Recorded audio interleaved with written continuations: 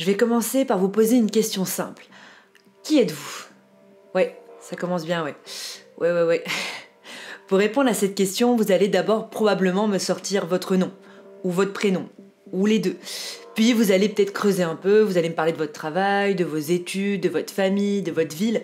Mais en réalité, ce sont surtout les mots que vous allez choisir, le ton que vous allez employer, qui vont me donner le plus d'indications sur vous. Car oui, qui êtes-vous au fond? Un mélange de vos parents, la somme de vos expériences? Certes, oui. Mais vous avez oublié le plus important. Votre mémoire. Bah oui, sans vos souvenirs, vous ne sauriez tout simplement pas qui vous êtes. Du coup, maintenant, il faut que je vous avoue un truc assez important. Votre mémoire, elle vous ment. Qu'est-ce qui se passe? Qui êtes-vous? Je suis ton mari, Ben. On est mariés depuis 14 ans. Tu as eu un accident. Et tu ne te souviens plus des choses. Quelle chose? Tout.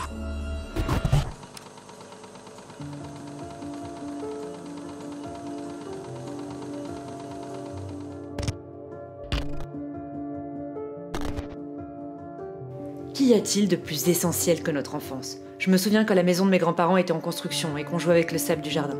Je me souviens des carnavals où toutes les filles étaient habillées en princesse et moi, j'avais des déguisements indéterminés. Je me souviens que j'arrivais pas à rester plus de 2 secondes en place, sauf au judo où je me prenais de belles raclées. Je parlais déjà beaucoup à l'époque et je racontais pas mal d'histoires approximatives à mon frère. Tous ces souvenirs ont laissé une empreinte très vive dans mon esprit. Mais pourquoi? Pourquoi se souvient-on? Il suffit de voir les souvenirs de Riley. Ils sont joyeux pour la plupart, grâce à moi.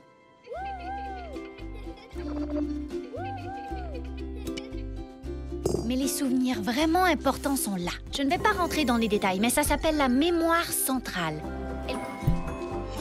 C'est la mémoire centrale qui alimente les différents aspects de la personnalité de Riley. En fait, sans nos souvenirs, on n'est pas grand-chose. Les souvenirs permettent d'ancrer notre présent, mais aussi d'anticiper notre futur. Tous les jours, on les sollicite pour prendre des décisions, pour se rappeler qui on est et où on veut aller. Notre mémoire nous construit, jour après jour, inlassablement. Sauf qu'avec le temps, elle s'abîme, et pire que ça, elle nous ment. Et parfois, ce qu'on pense être des vérités ne sont juste que des histoires que l'on a créées de toutes pièces. En 2002, le docteur Kimberly Wade a prouvé que l'on pouvait implanter de faux souvenirs d'enfance à des personnes assez facilement. Elle a présenté à une vingtaine de personnes une fausse photo, on les voit eux et leur père dans une montgolfière, alors qu'en réalité cet événement ne s'était absolument jamais produit. Au travers de 3 entretiens, elle a essayé de leur faire se souvenir de ce moment particulier. Et bien à la fin, 50% des sujets se sont rappelés partiellement ou complètement être montés dans une montgolfière avec leur père. Certains sont même allés jusqu'à se souvenir de détails très précis comme l'année ou la personne qui les prenait en photo. En fait, ils étaient vraiment convaincus que cet événement s'était réellement produit. Comment ça se fait? Comment ça se fait que ce soit aussi simple de créer de faux souvenirs? Aujourd'hui, qui vous dit que les souvenirs sur lesquels vous vous êtes construits sont vrais? Personne. Alors déjà, il faut comprendre ce qu'est un souvenir. Vous voyez la pancine dans Harry Potter? Attendez, je vous montre.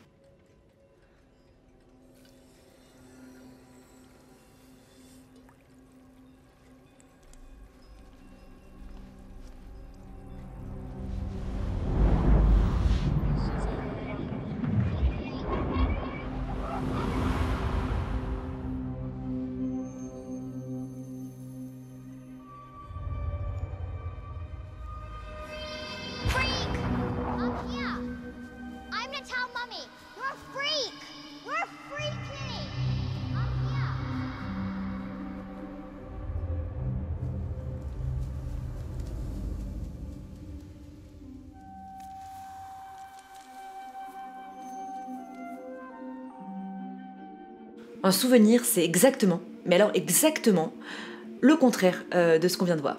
Alors que la pancine permet de lire des souvenirs, notre mémoire ne fonctionne pas du tout de la même manière.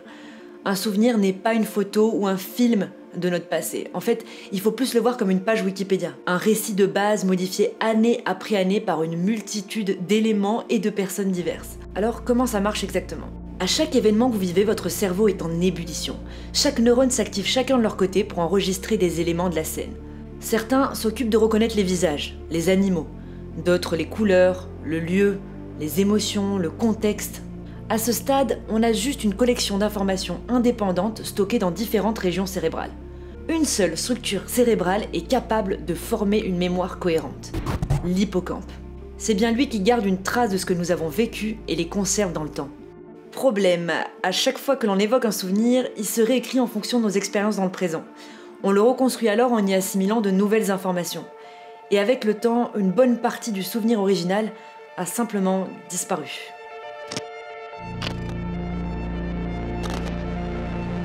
Les faux souvenirs, ce sont donc de faux événements qui se sont enregistrés dans notre mémoire. Mais ce qui est important de préciser, c'est que nous sommes persuadés de leur véracité. La question maintenant, c'est comment ces faux souvenirs se créent-ils exactement ? En gros, il y a 3 personnes qui peuvent modifier votre mémoire. D'abord, vous-même. On l'a dit, dès que vous touchez un souvenir, vous prenez le risque de l'abîmer. En plus de ça, votre cerveau déteste les trous.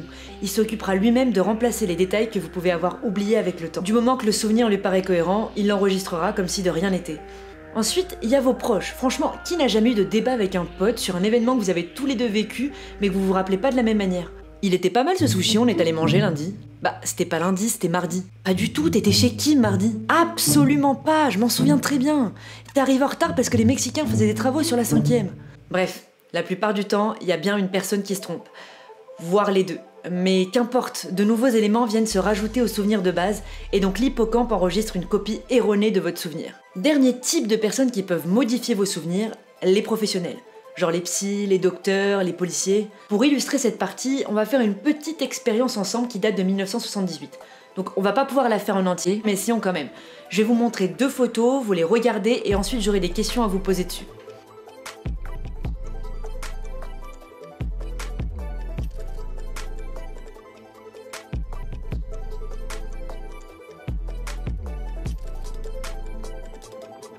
Est-ce que la voiture de sport rouge a été dépassée par une autre voiture lorsqu'elle était devant le panneau « Cédez le passage » ?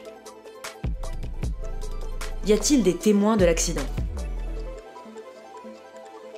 Maintenant, dites-moi quelle est la photo que je vous ai montrée tout à l'heure.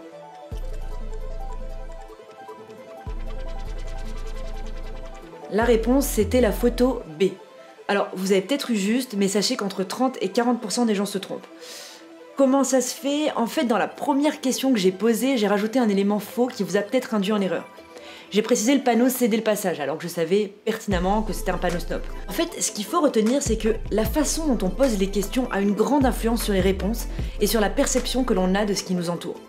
Si à la fin d'un film, je vous demande à quel point était-il long, votre estimation sera plus longue que si je vous dis à quel point était-il court.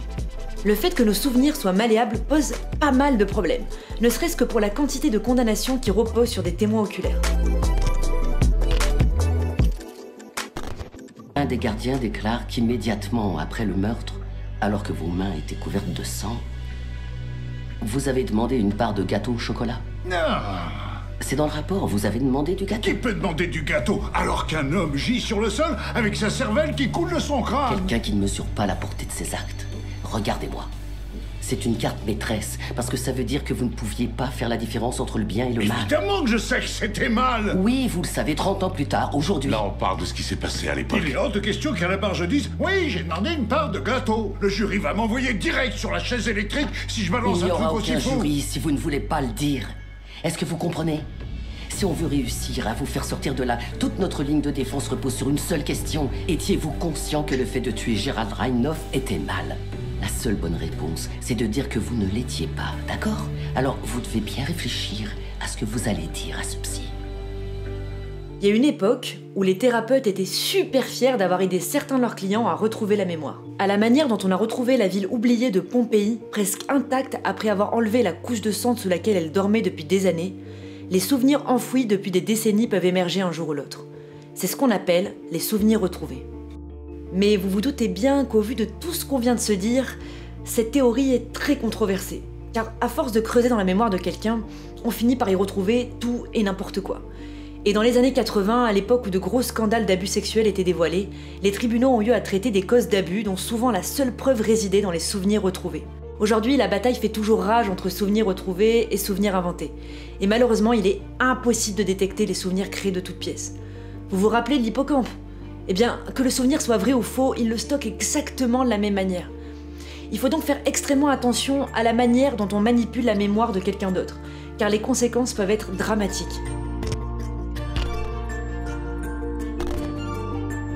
Nos souvenirs sont essentiels pour nous aider à prendre des décisions au quotidien.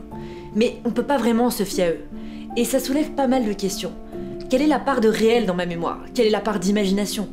Comment l'interpréter? Quoi qu'il en soit, le plus beau cadeau que peut laisser un moment derrière lui est un souvenir. Qu'il se modifie ou non avec le temps, il nous aide à appréhender le futur, à nous ancrer dans la réalité, à nous rappeler qui nous sommes.